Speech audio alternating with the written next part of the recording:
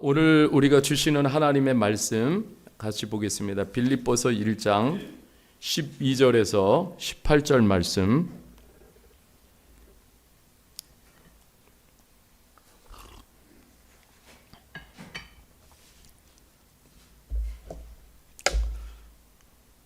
네, 우리 다 같이 읽겠습니다.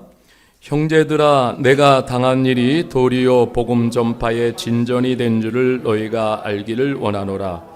이러므로 나의 매임이 그리스도 안에서 모든 시위대 안과 그 밖의 모든 사람에게 나타났으니 형제 중 다수가 나의 매임으로 말미암아 주 안에서 신뢰함으로 겁없이 하나님의 말씀을 더욱 담대히 전하게 되었느니라. 어떤 이들은 투기와 분쟁으로, 어떤 이들은 착한 뜻으로 그리스도를 전파하니 이들은 내가 복음을 변증하기 위하여 세우심을 받은 줄 알고 사랑으로 하나 그들은 나의 매임에 괴로움을 더하게 할 줄로 생각하여 순수하지 못하게 다툼으로 그리스도를 전파하느니라. 그러면 무엇이냐? 거칠애로 하나 참으로 무슨 방도로 하든지 전파되는 것은 그리스도니 이로써 나는 기뻐하고 또한 기뻐하리라. 아멘. 네, 오늘 같이 나눌 말씀의 제목은 상황을 초월하는 기쁨입니다. 오늘 기쁨을 키워드로 이렇게 말씀을 나누겠습니다. 어떻게 요즘 한 주간 다 평안하셨죠? 네, 옆에 분들에게 네, 샬롬 한번 해주세요. 샬롬. 네, 오늘 우리 윤한별 집사님, 마 집사님도 이렇게 인터넷으로 예배 참석하시는데 거기도 샬롬 한번 해주세요. 샬롬. 우리 윤 집사님, 마 집사님 샬롬. 네. 또 우리 미얀마에서도 예배하고 있는데 거기도 다 샬롬. 좀 그런 생각합니다. 요즘 우리가 이렇게 매주 만나지만은 만날 때마다 우리가 서로 좀 믿음이 좋아져 가지고 만나면은 얼마나 주님이 행복하실까. 네, 이런 생각을 하게 됩니다. 참 우리가 오늘 이 시대에 어떤 것보다도 지켜야 될 것은 믿음입니다. 예, 믿음을 지켜야 될 줄 믿습니다. 제가 지난주에 그 멕시코 콜로마 주립대학교에서 교수로 티칭하시면서 글을 쓰시고 계시는 림수진 교수님의 책인데 커피밭 사람들 그 20년이라는 그 책을 읽게 됐어요. 커피밭 사람들 그 20년. 이제 이분이 정말 코스타리카 그 커피 농장에 가서 오랜 동안 같이 그 노동자들과 함께 생활하면서 그 이야기를 이렇게 기록한 거예요.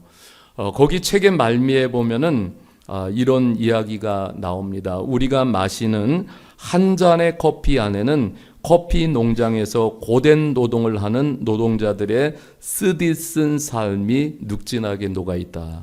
네. 참 그러면서 이 글을 쓰는 목적이 그거예요. 커피를 따는 사람들과 커피를 마시는 사람들이 좀 더 가까워졌으면 바란다. 이제 커피를 마시면서 그 커피 한 잔에 이제부터는요 삶의 쓰디쓴 그 노동이 거기에 이렇게 함축돼 있다라는 것을 좀 생각하면서 마시면은 좀 커피를 한 잔 마셔도 너무 감사할 것 같아요. 제가 이 책을 읽으면서 그런 생각이 들었어요. 지구 반대편에 살든 간에 한 울타리 안에 살건 삶이라는 것은 쓰디쓴 것이 아닌가 그런 생각을 하게 됩니다. 커피밭에도 땀과 눈물, 외로움과 슬픔이 고스란히 녹아 있고요. 그리고 도시의 빌딩 숲에도 똑같이 땀과 눈물, 외로움이, 슬픔이 고스란히 녹아 있습니다. 저는 이것을 보면서 이것이 인생이 아닌가. 세계 어디를 가든지 삶이 쓰지 않은 것이 어디 있어요. 여러분, 저도 이렇게 목회하고 살아오지만은 달콤한 시간보다는 참 쓴 시간이 더 긴 것 같아요. 아마 대부분의 사람들을 이렇게 이야기를 해보면은 인생의 달콤한 시간보다는 쓴 시간이 더 이렇게 많다라는 것을 우리가 이렇게 느끼게 됩니다. 홀로 이렇게 사모가 되신 그 사모님이 어느 날 제 친구 목사님 교회에 와서 이렇게 이야기를 나누고 가시면서 사모님이 한마디 하고 가시더래요. 뭐라고 마시냐면, 목사님, 삶이 참 고입니다. 이렇게 말하고 가시더래요. 여기서 고자는 쓸 고자입니다. 사모님이 그러시는 거예요. 참 인생이 씁니다. 이 말을 남기고 가신 거예요. 여운이 참 많이 남았다고 합니다.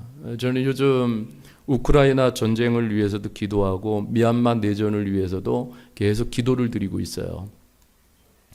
그 전쟁의 참상을 좀 이렇게 우리가 직접 느끼지는 못하지만은 그 전쟁의 참상이 얼마나 고통스러울까를 느끼게 되고, 전 기도하면서 그런 거예요. 세상에는 우리가 고통당하지만은 세상에는 우리보다도 더 처참한 고통을 당하는 사람들이 너무 많다라는 거예요. 이유도 모르고 고난과 고통 가운데 살아가는 사람들이 너무나 많다는 것입니다. 지난주에 함께하는 사랑밭 권태일 목사님이 제게 아침 카톡을 보내오셨어요. 그러면서 제게 이렇게 이야기를 쓰셨어요. 목사님, 저는 전쟁의 참화 속에 죽어가는 이들에게 복음을 전해서 그 악의 구렁텅이에서 빠져나오게 해야 할 일들을 생각하면은 밤잠을 잘 수가 없습니다. 그러면서 그래요. 목사님 함께 하는 사랑밭 기간은 37년 땀이 녹아지고 수없는 고난에 부딪히면서 세워진 기간입니다. 할 수만 있으면은 고통받는 세계를 위해서 함께 섬겨갔으면 좋겠습니다.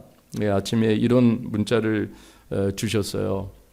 그러면서 저도 더 기도를 이렇게 품게 되고 세계를 위해서도 더 이렇게 기도를 하게 됩니다.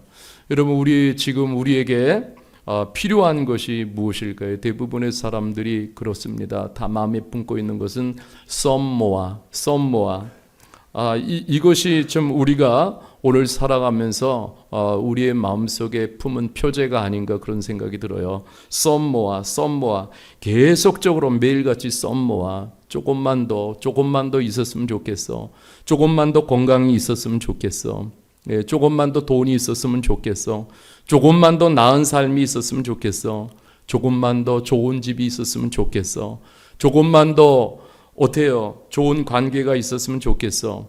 그렇게 소원해봐도 그것은 결코 채워지지 않습니다. 여러분, 우리가 오늘 세계의 소식들을 들어보면은 우리를 굉장히 낙심케 하고 우울하게 하는 소식들로 가득 채워져 있습니다. 어떻게 보면 좋은 소식보다는 나쁜 소식이 더 많습니다. 이럴 때에 우리가 본질을 놓치면은 좋지 않은 소식들과 상황에 휘둘려서 우리가 낙심하고 또 우울해질 수밖에 없습니다. 우리가 그리스도인으로서 하나님을 믿지 않는 사람들과 같이 똑같이 반응한다면 우리는 지금 하나님께 영광도 되지 않고 이웃들에게 선한 영향력을 미칠 수도 없습니다. 오늘 우리가 읽은 본문에서 쓰디쓴 인생 가운데 살아가는 진정한 그리스도인의 삶을 우리들에게 가르쳐주고 있습니다. 어려운 상황 속에서도 무엇을 선택하면서요? 기쁨을 선택하면서 살 수 있는 비결을 바울 사도는 우리들에게 오늘 가르쳐주고 있습니다. 저는 오늘 이 말씀을 세 가지 요점으로 말씀을 나누려고 합니다. 첫 번째는요, 하나님의 관점으로 보기예요. 이것은 뭐냐면은 이런 말이에요. 하나님을 좀 많이 생각하라. 네, 저는 그렇습니다. 저도 그렇지만은 여기 청년 미얀마 형제자매들, 우리 성도님들 할 것 없이 좀 하나님을 많이 생각했으면 좋겠어요. 여러분, 무엇을 많이 생각하면서 삽니까? 여러분, 우리 자녀들이 매일매일 하나님을 많이 생각하면은 정말 많은 부분에 있어서 삶이 달라지게 될 줄 믿습니다. 제가 지난주에 이병성 목사님이 쓰신 그렇게 교회가 된다라는 책을 보면서 참 은혜와 도전을 많이 받았어요. 그래서 제가 바로 이병성 목사님께 전화를 드렸어요. 목사님, 제가 교회가 그렇게 된다 책을 읽으면서 제가 너무 많은 은혜와 도전을 받았어요. 목사님, 이번에 12월 2일, 3일 우리 이주민 선교 전체 리트릿 하는데 특강 강사로 좀 와주세요. 제가 그렇게 초청을 드렸더니 목사님이 고민할 것도 없이 오시겠다고. 예, 그래서 이야기를 나누는데 저를 이렇게 잘 알고 계시더라고요.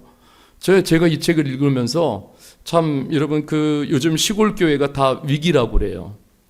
이 교회가 어디 있냐면 전라북도 아주 시골 삼내라는, 우리 정장로님은 아시죠? 삼내. 네. 여기가 삼내 하리교회예요. 그런데 이렇게 교회는 이쁘지만은 사방이 다 뭐냐면 논이에요. 논. 그러니까 논 한가운데 교회가 딱 서 있습니다. 떡하니 서 있어요. 그런데 그 교회의 비전이 뭐냐면은요, 글로벌 미셔널 처치예요. 글로벌 미셔널 처치. 그래서 이 교회는 이주민 선교부터 해외 선교까지 모든 성도들이 선교의 비전을 품고 있어요. 근데 여러분, 교회 모토가 뭔지 아십니까? 전북 삼내 하리교회 사용 모토가 그거예요. 같이 한번 읽어보겠습니다. 시작. 하나님의 역사는 변방에서 일어난다. 네, 그 해보자는 좀 있다.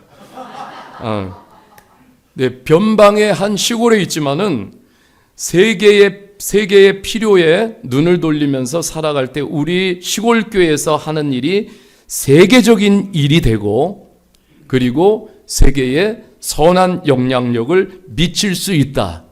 그래서 성도들이 모일 때마다 뭐냐면 이때 하는 거예요. 해보자. 다 같이 합시다. 해보자.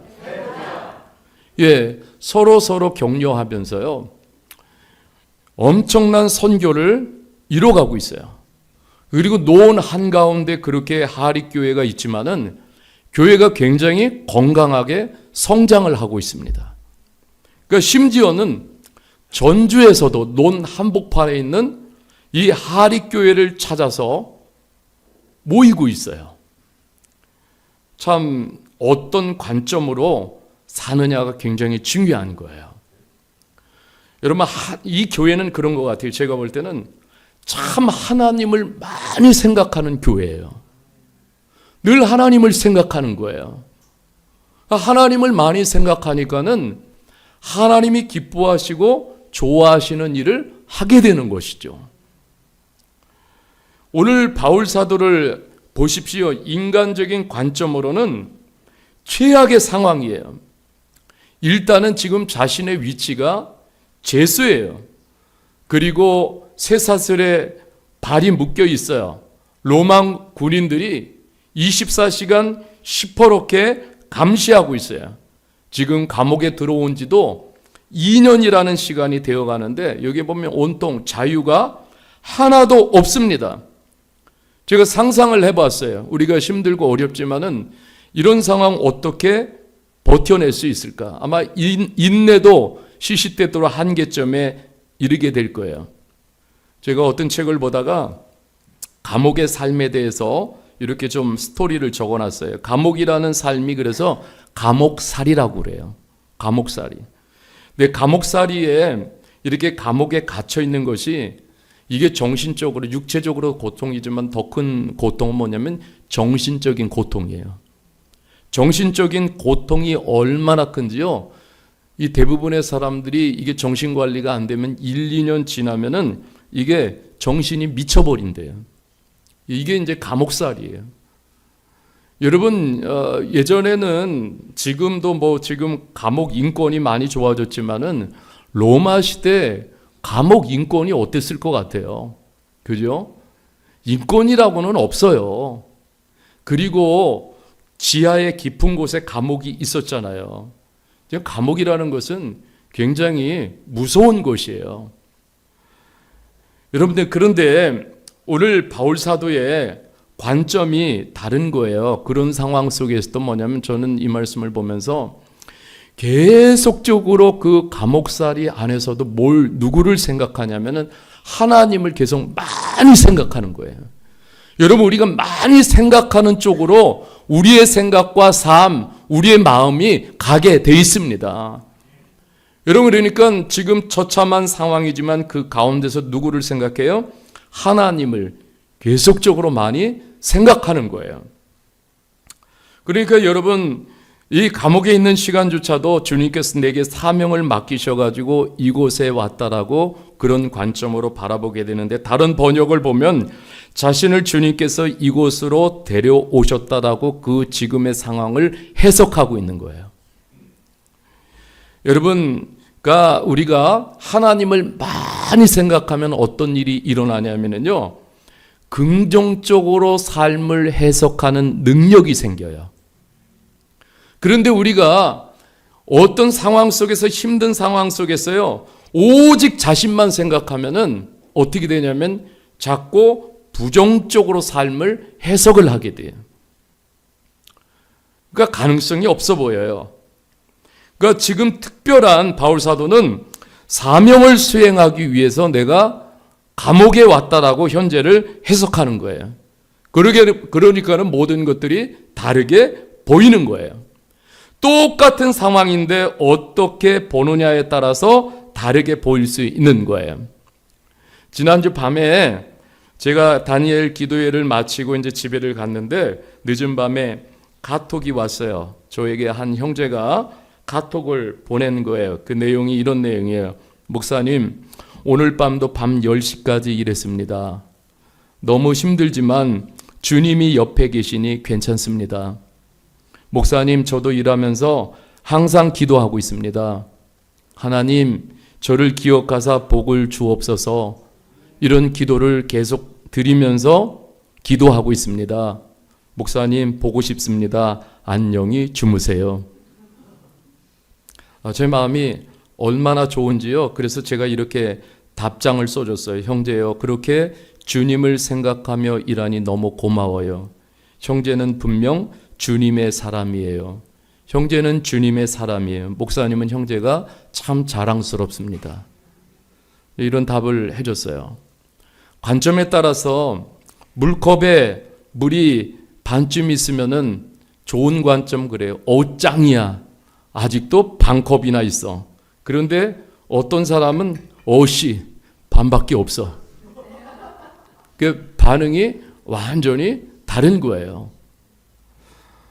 여러분, 우리 친구 목사님은요, 고향이 충청도 예산인데 지금도 충청도 사투리가 나와요.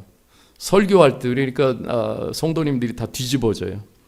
뭐 힘든 일 생기면은 그러고 말아요. 어쩐대요? 잘 되겠지요? 그러면은 끝이에요. 이분은 항상 그런 관점으로 문제가 와도 어쩐대요? 잘 되겠지요? 예, 이렇게 늘 바라보는 거예요. 여러분, 우리에게 닥치는 어려운 환경도 그것을 어떤 시각으로 바라보느냐가 굉장히 중요한 것 같습니다. 제가 오후 되면은 둘레길을 꼭 걸어서 집으로 가요. 제가 이제 오후 5시쯤 이렇게 나가서 걷는데 산세공원을 이렇게 돌아서 가는데 이렇게 어느 날 거기를 걸으면서 이렇게 막 돌계단이에요. 그래서 하나님, 여기 좀 데크 계단이 깔렸으면 좋겠어요.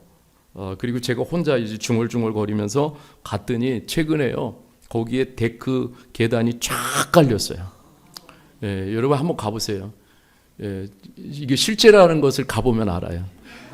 예, 데크를 이렇게 해서 저쪽 축구장까지 넘어가는데 다 깔았어요. 그래서 그래서 제가 하늘을 보면서 너무나 하나님 참 신기하시네요.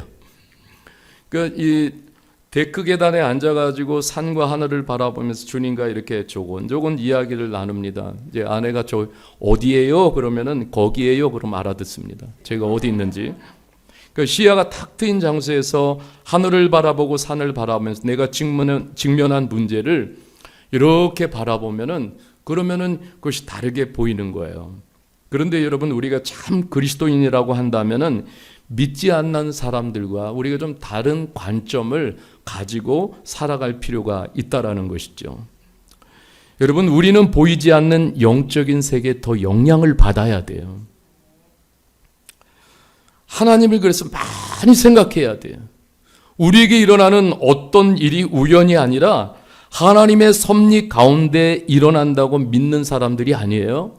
그러니까 여러분, 어떤 일이 일어나면 세상의 관점, 땅의 관점이 아니라 하나님의 관점으로 자꾸 바라보려고 해야 돼요.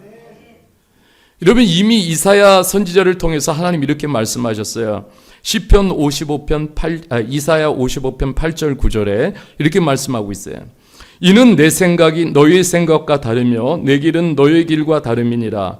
여호와의 말씀이니라. 이는 하늘이 땅보다 높음 같이 내 길은 너희의 길보다 높으며 내 생각은 너희의 생각보다 높음이니라. 이렇게 말씀하고 있어요. 하나님이 우리로 하여금 하나님의 관점을 가지고 세상을 바라고 문제를 바라볼 것을 말씀하고 계십니다. 여러분, 우리들에게 엄청난 큰 문제들도요, 주님 앞에 가지고 나가면은 다 다르게 보일 수 있다라는 것이에요. 요즘 우리가 다니엘 기도회를 이렇게 진행하고 있지만은 참 하나님이 강사 한 분 한 분을 세우셨는데 올해는 정말 더 깊이가 더해진 것 같아요. 정말 많은 저도 도전과 의뢰를 받고 제 자신을 많이 성찰하고 하나님 앞에 회개의 기도도 많이 하고 또 눈물의 기도도 많이 하고 이런 기도의 시간을 가졌어요. 정말 일관되게 하나같이 나와서 나누는 말씀들이 뭐냐면 다 믿음의 관점을 가졌다라는 거예요. 하나같이요. 할렐루야. 저는 여러분 다니엘 기도에 꼭 참석하십시오. 왜 그러냐면요, 이 다니엘 기도에 제가 가만히 생각해 보니까는 이게요, 다니엘 기도에는 21일 동안 정말 하나님이 뽑으신 믿음의 사람들과 교제하는 시간이에요. 이 시간을 놓치지 않았으면 좋겠어요. 믿음의 사람들과 교제하는 시간이에요. 그러니까 여러분, 반드시 채워짐이 있어요. 채워짐이 있습니다. 그리고 같이 깊어지는 시간이에요. 여러분, 그래서 우리가요, 이 관점을 갖기 위해서도 자꾸 믿음의 사람들과 교제해야지 내 믿음의 관점이, 신앙의 관점이 자꾸 바뀌게 돼요. 아멘 안 했어요?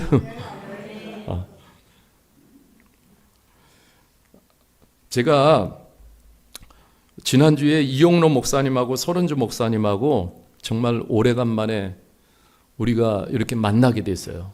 3시간을 함께 교제했어요. 근데 정말 3시간 동안 우리가 부흥회하는 시간이었어요. 우리 저 이용로 목사님 참 만나면 제가 도전받을 게 너무 많아요. 은퇴하셨는데 최근에 필리핀 선교사님이 오셨어요. SOS를 치셨어요, 목사님에게. 근데 목사님, 그 선교사님이 건강이 굉장히 안 좋은 상태예요.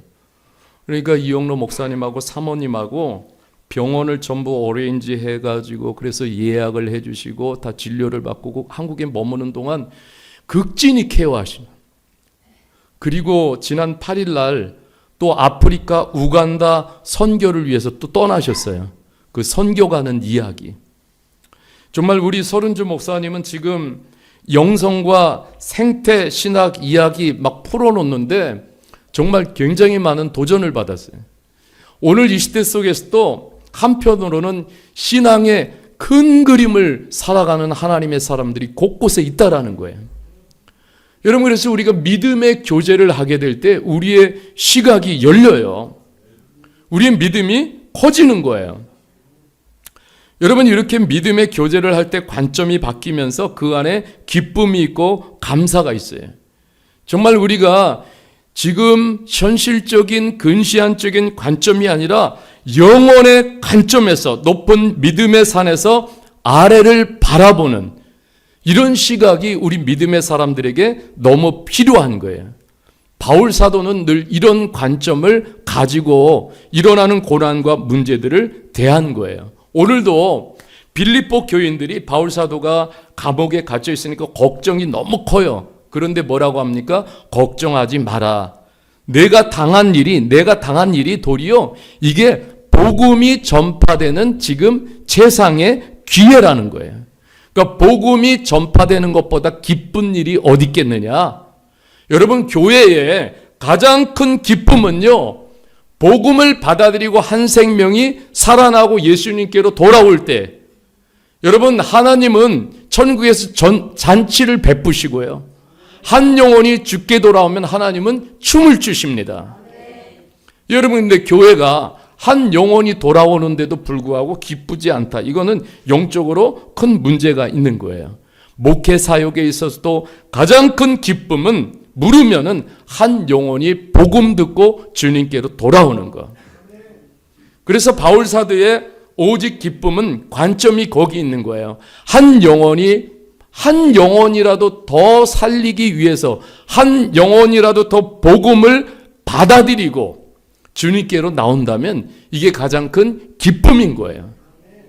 여러분, 우리들에게 기쁨은요, 가장 기쁨은 사람이 살아날 때 기쁨이에요. 영혼이 살아날 때 기쁨. 그러니까 선교지도 나가고, 그리고 우리가 시간만 나면은 복음을 전하는 거예요. 여러분, 이 복음 빼면은, 그러면 기쁨은요 완전히 쭉정이가 돼요. 다른 거 가지고 채워집니까, 그 기쁨이? 복음의 기쁨이 가장 큰 기쁨인 줄 믿습니다. 두 번째는요, 내 소속이 어디냐예요. 여러분, 이게 두 번째 제가 나누고 싶은 거예요. 같이 합시다. 나는 그리스도 안에 살고 있다. 이거 분명한 확신이에요. 정체성. 13절에 보면은 이렇게 말씀하고 있어요. 이러므로 나의 매임이 그리스도 안에서 모든 시대왕과 그 밖의 모든 사람에게 나타났으니, 나의 매임이 있어요. 지금 내 안에 많은 묶임이 있어요. 그렇지만은 이거보다도 더 중요한 것은 내 소속이 어디냐면, 난 감옥에 있지만은, 그러나 바울 사도는 지금 내 소속이 그 문제 속에, 감옥 안에 매임 속에 있는 것이 아니라 내가 어디 있어요? 소속이 그리스도 안에 있다라는 거예요. 즉 십자가에 죽으시고 부활하시는 그리스도에게 내가 소속된 사람이라는 것을 분명히 확신하고 있는 거예요. 여러분, 그러면은 그분 그리스도를 따르는 과정에서 고난은 하나의 과정이라는 거예요.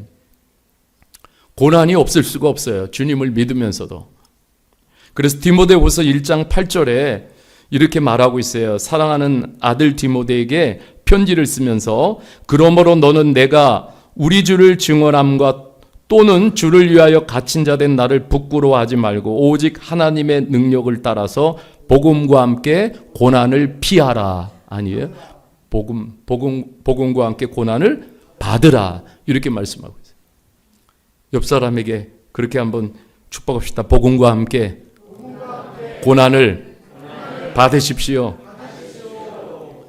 복음을 위해서 고난을 받는 게 이게 하나님의 은혜라는 거예요. 복음을 지키다 보면, 복음대로 살려고 하면, 복음의 믿음을 지키려 하면은 반드시 고난이 따라와요. 손해 봐야 돼요. 더 정직해야 돼요. 거짓말 하지 말아야 돼요. 지갑도 열어야 돼요.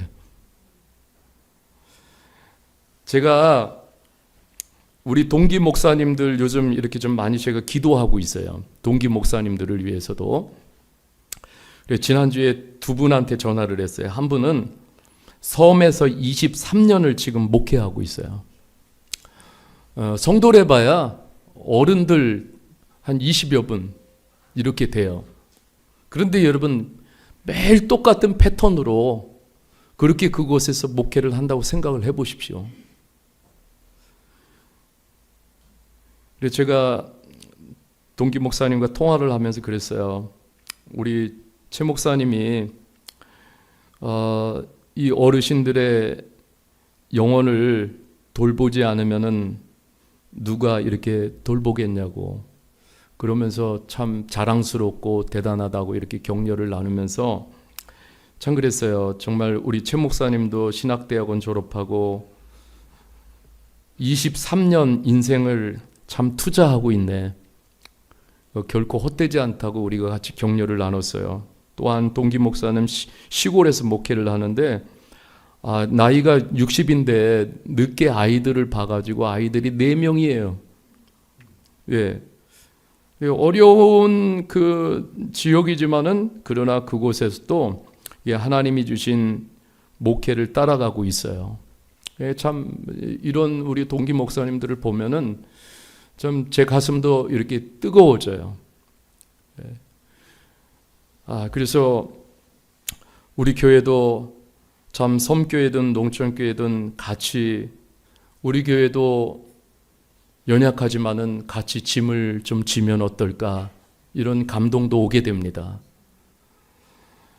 여러분 신학자인 고든 피가 이런 얘기를 했어요. 주님의 제자가 되는 것에 대해서 이렇게 말하고 있어요. 제자가 되는 것은 그리스도의 고난에 동참하는 것이고 고난은 제자도의 필수적인 요소다라고 말하고 있어요. 그러니까 여러분 우리 신앙의 목표가 단지 그리스도인이 되는 것입니까? 아니죠. 여러분 우리 신앙의 목표는 제자가 되는 거예요. 주님의 제자가 돼야 될 줄 믿습니다. 근데 제자로 사는 것에 별로 관심이 없어요. 그저 내가 예수님 잘 믿으면은 아무 문제나 어려움이 없을 거라고 좀 이런 생각 차원에서 예수 믿는 사람도 참 많아요. 아직 유치원, 가든스쿨 정도지요. 건강과 물질의 축복을 받고 모든 것이 잘 될 것이라고만 기대한다라면 이것도 마찬가지 그 수준이에요.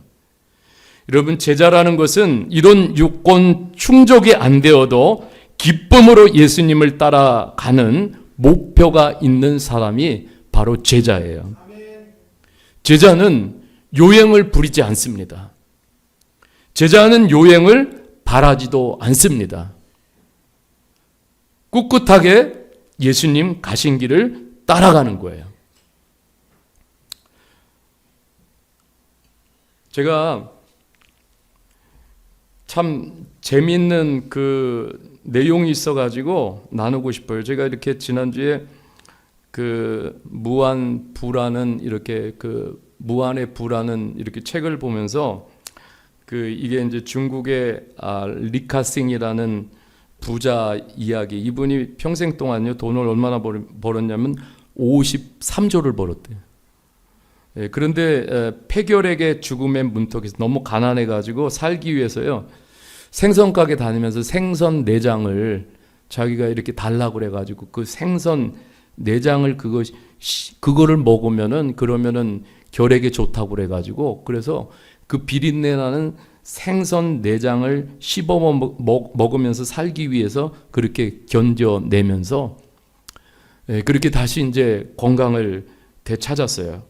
그런데 이분이 그렇게 이제 돈을 벌어가지고 자신의 재산을 다 이렇게 해가지고 그래서 재단을 설립해가지고 그래서 사회에 굉장히 좋은 일을 하는데 이분이 이제 글을 읽으면서 제가 보니까 이런 얘기를 써놨어요. 한번 거기 보면은 부 앞에서 이런 얘기예요. 의를 떠올릴 수 있는가? 그 다음에 부를 가지고 더 나은 것을 만들어 가고 있는가? 이게 귀한 사람이다. 그러니까 여러분 그냥 부를 가지고 자기 만족을 위해서 쓰는 게 아니라 부 앞에서도요 그 의를 생각할 줄 알고 부를 가지고 더 나은 곳을 만들어 가는 이게 정말 귀한 사람이라고. 그러니까 자신은 플라스틱 공장을 이렇게 운영하면서도 플라스틱 그 공장의 노동자들 직원들을 끝까지 책임을 졌다라는 거예요. 참 이러한 것을 보면 제가 그랬어요. 야, 이분이 이거 그리스도인 아닌가? 저하고 연결됐으면 좋겠다. 그런 꿈도 꿔봅니다. 그러니까 여러분 보세요. 이제 고난을 통해서 고난도 있지만은 그 고난을 통해서 하나님 우리를 더 거룩하게 빚어가기를 원하시고 소속을 더 분명하게 하기를 원하시는 거야. 여러분 우리가 그래요. 주님이 가끔씩 가다 물으시는 거, 너 소속이 어디야? 소속이 어디야? 분명히 대답해. 나는 그리스도 안에 있습니다. 그리스도 안에 살고 있습니다. 참된 제자도의 신앙은 자신의 희망을 이루려는 것이 아니라 이건 거짓 교사의 가르침이에요. 정말 우리가 제자도를 따라간다면은 하나님이 말씀하신 것을 이루는 그런 순종의 삶을 사는 것이 진정한 제자의 삶입니다. 바울 사도는 지금 죄악의 감옥 상황에 있습니다. 그런 감옥에 그러나 있는 것이 아니에요. 더 중요한 그리스도 안에 있어요. 그 안에서요, 더 멋진, 더 아름다운 유용한 일꾼으로 그리스도를 더 닮은 제자로 그 안에서 빚어지고 있는 거예요. 그 안에서 빚으시는 주님의 손이 함께하고 있는 것이죠. 그러니까 여러분 기뻐하라는 거예요. 기쁨 중에 기쁨은요, 내 삶이 변화가 되고 내 삶이 달라지고 성숙되고 시간이 가면서 내가 주님의 길을 따라가고 있는 것. 여러분 이것이 기쁨 중에 기쁨이라는 거예요. 정말 이 정도 이 안에서 이런 기쁨을 발견하고 나가면 이거는요 진짜 수준 높은 신앙이에요. 이 정도를 이렇게 깨닫고 알고 나간다라면. 세 번째는요, 열정 불리기예요. 열정 불리기. 그래서 여러분 열정이 식으면은 숫덩이가 되는 거예요. 믿음이 숫덩이가 되는 거예요. 그래서 여러분 14절 말씀이에요. 14절. 자, 형제 중 다수가 나의 매임으로 말미암아 주 안에서 신뢰함으로 겁없이 하나님의 말씀을 더욱 어떻게 했다고 그래요? 담대히 전하게 되었느니라. 이게 뭐냐면 담대한 열정이에요. 복음의 열정. 로마서 12장 11절에도 이렇게 말하고 있어요. 그래서 부지런하여 게으르지 말고 뭐를 품고요? 열심을 품고 주를 섬겨라. 예, 우리가 세상에서 또 뭔가 해내는 사람들은요, 이루 말할 수 없는 열정맨들이에요. 그죠? 예. 어벤져스들, 열정의 어벤져스들. 그런데 여러분, 우리가 열정이 없으면은, 그러면은 하나님의 나라를 넓혀갈 수가 없어요. 여러분, 우리가 기쁨 중에 기쁨은요, 복음이 확장되고 하나님의 나라가 넓혀지는 거. 여러분, 복음의 반경이 내 안에서 나를 통해서 점점 넓혀지는 것. 어디까지? 세계 열방으로. 여러분, 여기에서 우리가 기쁨을 얻어야 돼요. 지난주에 데뷔 집사가 저에게 편지를 보내왔어요. 목사님, 또 한 주간 복음 캠프 훈련이 시작되었습니다. 26명의 참가자들이 훈련을 받고 있습니다. 목사님 기도해 주세요. 26명 모두가 구원받고 진리를 알 수 있도록 기도해 주세요. 아름답잖아요. 여러분, 미얀마의 불행한 상황 속에서도 계속 복음 캠프를 열어가고 있어요. 예, 미얀마를 위해서 함께 계속 기도해 주시기를 바랍니다. 미얀마는 지금 감옥과 같은 상황이에요. 그런데 정말 놀라운 것은 영적인 관점으로 보면 이 시간이요, 미얀마에 복음이 더 전파되는 시간이에요. 경제가 붐이 일고 경제가 열풍이 분다면 사람들에겐 복음에 관심이 없어요. 그런데 지금 고통의 시간이지만 하나님의 시간표 안에서 복음은 더 열풍을 불고 있습니다. 그러니까 여러분, 한편으로는요, 이 양면이 있어요. 물론 미얀마가 지금 힘든 상황이지만은 하나님의 시간표 안에서 또 한편으로는요, 복음이 지금 확장되고 있는 시간이에요. 예, 우리 하나님께서 분명히 일하고 계십니다. 그래서 여러분 18절을 보십시오. 18절. 자, 같이 읽겠습니다. 시작. 그러면 무엇이냐? 무슨 방도로 하든지 전파되는 그리스도니 이로써 나는 기뻐하고 또한 기뻐하리라. 아멘. 물론 여러분, 좋은 직장, 또 내가 월급 좀 올라가고 그리고 좋은 일이 생기고 이것도 이제 우리에게 기쁨이지만은요, 여러분, 우리 그리스도인들은 진짜 영적 기쁨을 알아야 돼요. 영적 기쁨. 영적 기쁨이 뭐냐면 그것은 복음이 전파되는 거예요. 여러분, 이게 기쁨 중에 기쁨이라고 말씀을 하고 있습니다. 여러분, 이게 가장 우선순위예요. 여기에 어떤 것도, 쇠사슬도 감옥도 그 바울사도의 열정을 꺾을 수가 없는 거예요. 이 복음 때문에. 누가 그 열정을 꺾겠어요? 이미 우선순위가 고정되어 있습니다. 여러분, 조지 해필드라고 있어요. 18세기 영국 복음 전도자인데 바울 사도 후에 최고의 설교자라는 명칭을 얻고 있는 분이에요. 그런데 해필드가 어릴 적을 이렇게 소외하면서 그랬어요. 내 안에 본성적으로 선한 것이 아무것도 없고 하나님께서 그분의 값없는 은혜로 나를 막아주시지 않았으면 나는 분명히 그분의 신성한 임재로부터 영원히 추방될 수밖에 없는 존재다. 가정적으로 매우 어려웠어요. 3살 때 아버지가 돌아가시고 10살 때 어머니가 재혼하시고 떠나시고 그런 가운데 조지 해필드는요. 공부를 가난한 형편이지만은 공부를 이어갔어요. 하나님의 은혜로 옥스퍼드 펜브리크 대학에 입학하게 되는데 거기서 누구를 결정적인 사람을 만나게 돼요. 요한 웨슬리를 만나게 됩니다. 요한 웨슬리를 만나가지고 우리가 잘 아는 홀리 클럽을 만들어요. 기도 운동이에요. 정말 생소한 거예요. 그렇지만은 이렇게 두 사람이 만나서 기도 운동을 만나면서 서로가 거룩한 삶을 살도록 서로를 막 격려했어요. 서로는 영적인 힘의 강렬함을 더 느끼게 되고 함께 미국 선교도 가고 그러면서 나중엔 영국과 미국에 가장 복음의 영향력을 끼친 하나님의 종이에요. 조지 해필드의 설교의 포인트는 그거예요. 거듭남. 그래서 목사님은 왜 그렇게 거듭남만 설교하십니까? 그랬더니 당신이 거듭나지 않았기 때문에.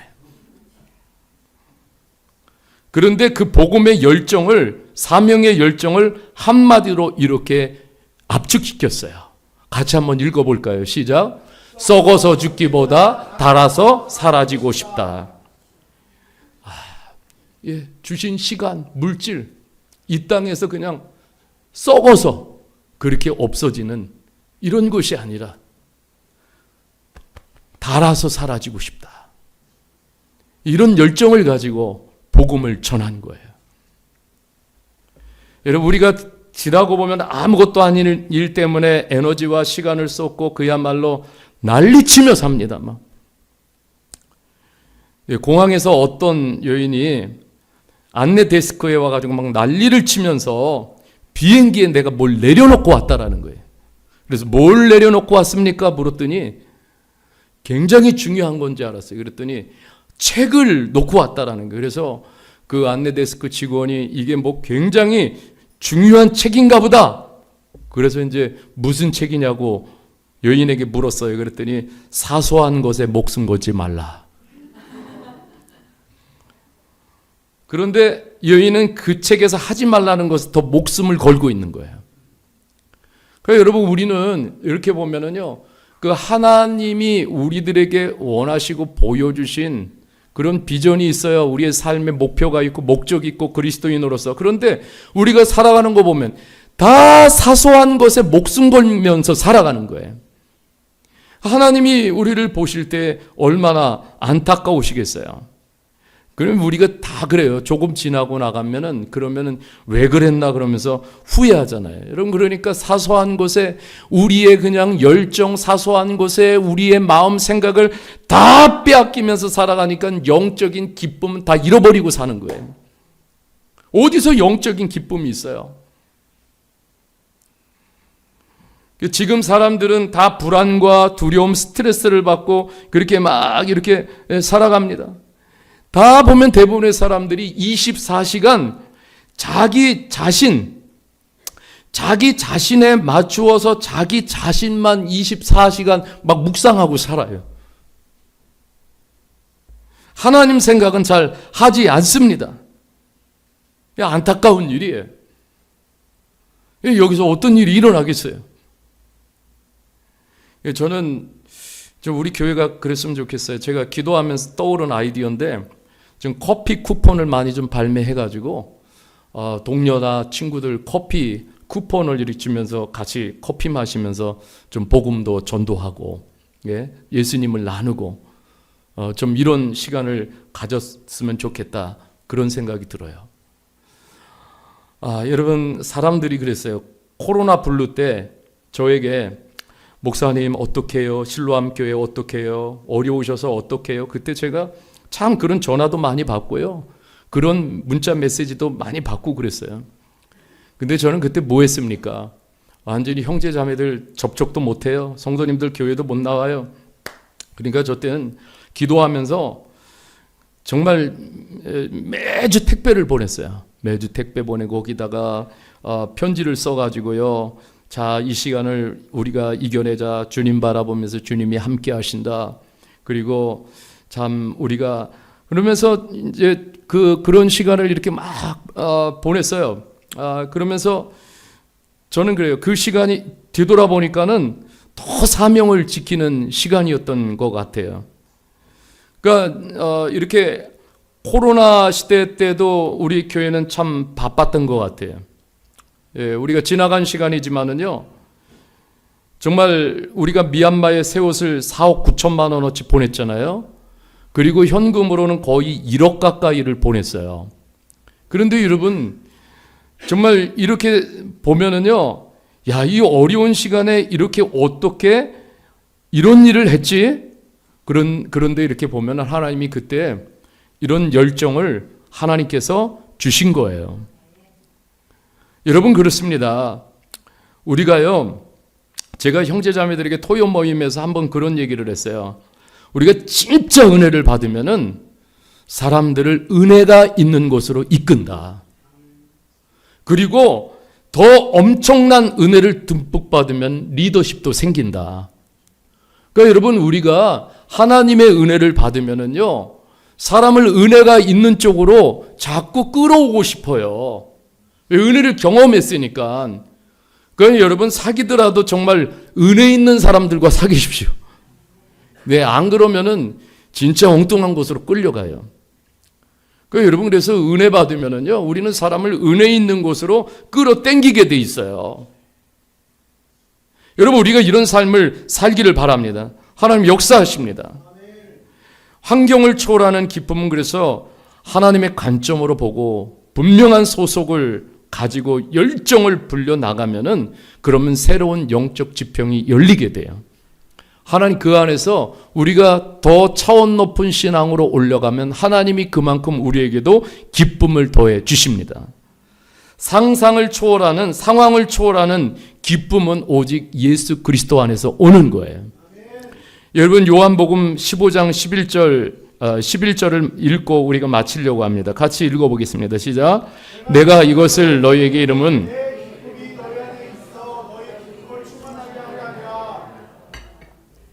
주님께서 말씀하십니다. 내가 이것을 너희에게 이름은 내 기쁨이 너희 안에 있어. 그러면서 너희 기쁨을 충만하게 하려 함이라. 그러니까 여러분, 우리가 기쁨이라는 것은요, 주님이 우리들에게 기쁨을 주실 때 이게 진짜 기쁨이에요. 근데 그 기쁨이 어딨냐면은 우리가 이 복음을 사랑하고 복음을 나누고 복음을 전하고 복음으로 살 때, 여러분, 이때 주님은 우리들에게 한없는 영혼의 기쁨을 주십니다. 영혼의 만족을 주셔요. 그래서 교회는 어떤 것보다도요, 기쁨이 있어야 돼요. 실로암 교회는 어떤 기쁨이 있어야 됩니까? 여러분, 이 복음이 전해지는 기쁨이 있어야 돼요. 여러분, 이제 연말이 옵니다. 저도요, 한 해 동안 특별히 이 다니엘 기도회를 이렇게 참여하면서 제가 하나님 앞에 회개하면서 기도하는 게 그게 뭐냐면, 하나님, 제가 목사로서 1년을 살았는데 이렇게 보면은 참 복음의 열매, 이 복음의 열매가 있는지, 정말 그냥 1년 동안 내 몸 하나 챙기기 바빠가지고 급급해가지고 그래서 복음을 한 번도 전하지 못하고 누구에게 복음을 나누지도 못하고 그리고 그냥 나 하나 끙끙대면서 여기까지 오지 않았나. 그럼 참 안타까운 일이에요. 그래서 주님, 정말 이 남은 11월, 12월 이 복음을 전할 수 있는 기회가 되기를 원합니다.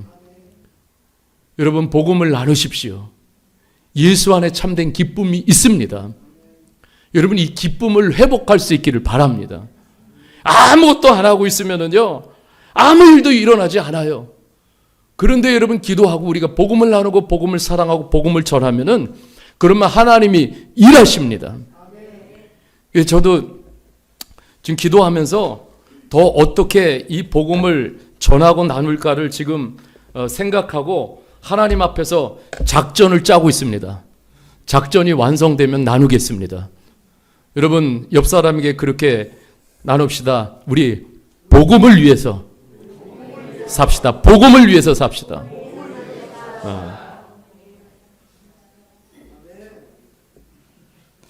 자, 우리 다 같이 예수 안에 소망 있네 같이 찬양 드리겠습니다. 우리